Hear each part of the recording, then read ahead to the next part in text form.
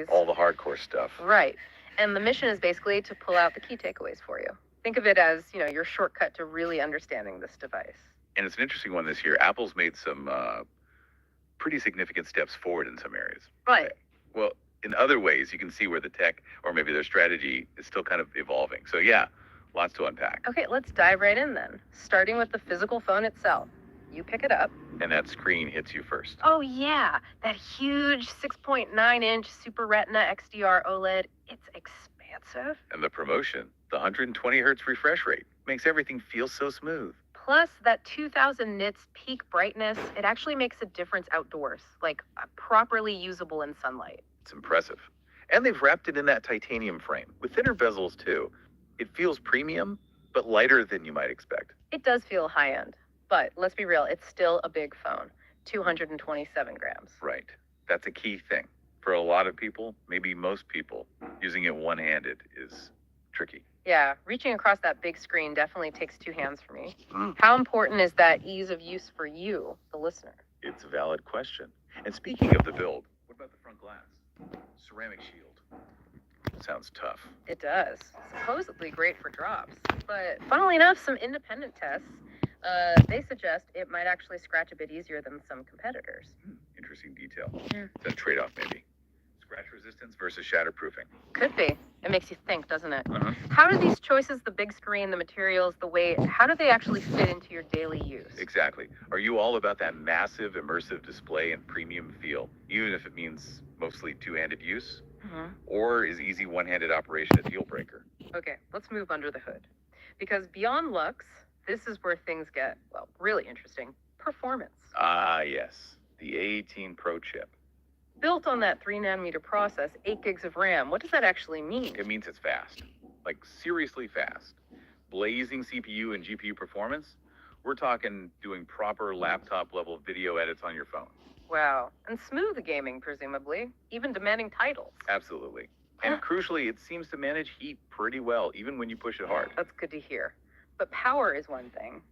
How does it translate to battery life? That's often the Achilles heel. Well, not this time, apparently. Battery life is genuinely a standout feature here. Really? How much better? Some stress tests show it lasting up to like 43 to 54% longer than the 15 Pro Max. That's huge. Okay, translate that into real-world numbers. We're seeing around 19 hours in Geekbench battery tests and maybe 8.5 hours of actual screen-on time. That's a lot. Easily gets you through a heavy day. That is a game changer for many. Okay, what about getting that power back in? Charging. Wireless charging gets a boost. MagSafe 2 hits 25 watts now, so a bit quicker there. Which is nice. But wired charging. Yeah, that's still the catch. It's fine, but slow compared to rivals. You're looking at maybe 55% charge in about 35 minutes. So not exactly lightning fast if you're in a hurry? Not really. So you've got some amazing performance, incredible battery endurance, but slower top-ups via cable. It's a trade-off. Right.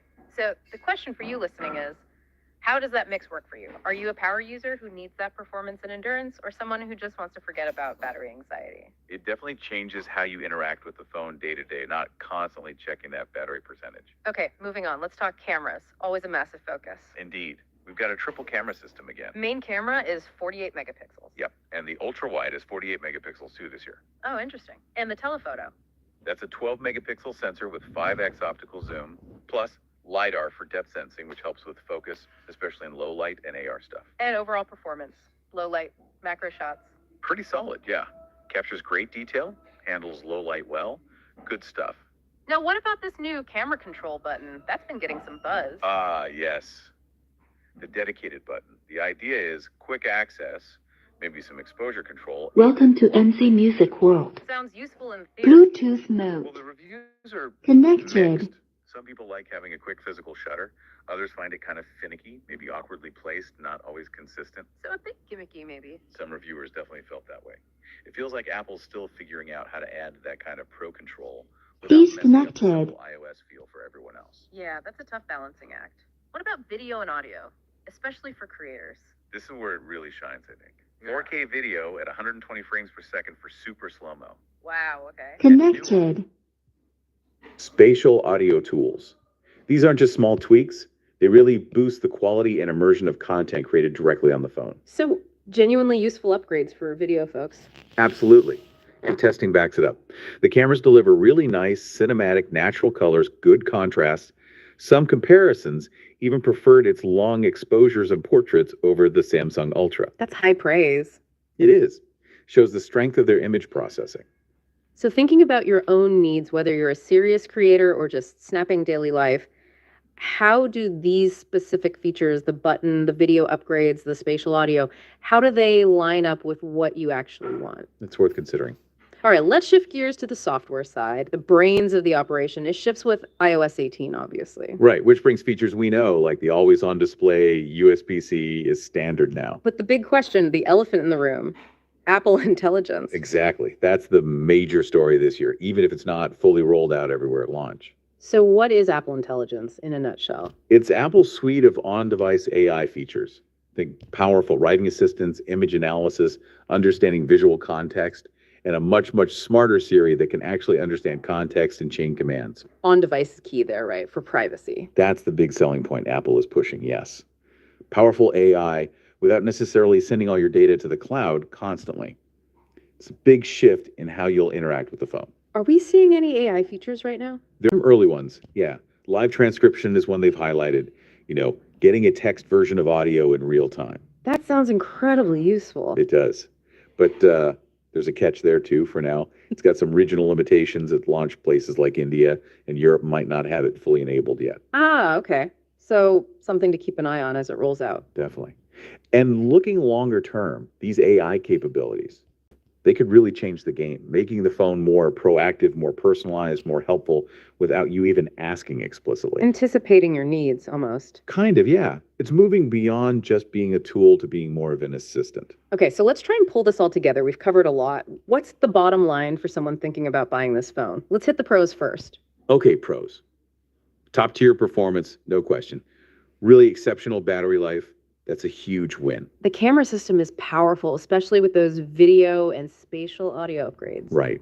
Premium build quality, that lovely immersive display, those high quality stereo speakers. And the promise of those pioneering AI features coming soon. Exactly. That's a big part of the value proposition looking forward. All right, but we need the other side too. What are the cons or drawbacks that came up? Well, the size and weight are undeniable.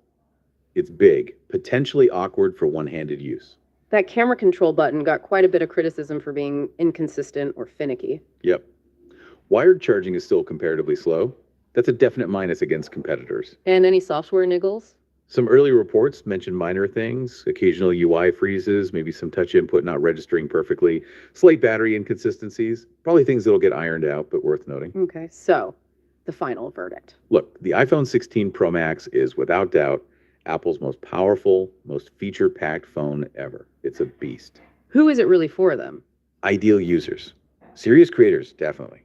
Gamers who want the best performance. Power users who push their phones hard. Or, frankly, anyone who just wants the absolute top-tier iPhone experience and best battery life and is willing to pay for it. And what about upgrades? If you have an older iPhone... If you're coming from, say, an iPhone 14 Pro Max or something older, yeah, it's a massive leap. You'll feel the difference everywhere. It's a very worthy upgrade. If you have last year's model, the 15 Pro Max. That's tougher. The improvements are there, absolutely, but they're more incremental. Unless you desperately need that extra battery or are super excited about the specific camera tweaks or the promise of AI, you could probably wait for the iPhone 17 Pro Max next year. See how things, especially Apple Intelligence, mature. That makes sense. So a significant upgrade from older models, maybe a wait and see if you're on the 15 Pro Max. That's a pretty fair summary, I think. Great. So that wraps up our deep dive into the iPhone 16 Pro Max. We've looked at the hardware, the software, the performance, the quirks, hopefully giving you a clear picture. Yeah, hopefully we've cut through some of that hype for you. But here's a final thought to chew on. Oh. With tech evolving so fast and AI becoming so deeply integrated, how much does sheer raw processing power really matter anymore compared to how seamlessly those intelligent features work for you? Does flagship mean the fastest chip or the smartest, most helpful device? That's a really interesting question. Redefining what best means. Exactly. How we measure these devices might need to evolve as they get smarter. Something for you all to think about as well. As you look at your own needs, what truly matters most in a smartphone for you? Hopefully this discussion helped clarify that a bit. Ever feel like you just need a guide maybe?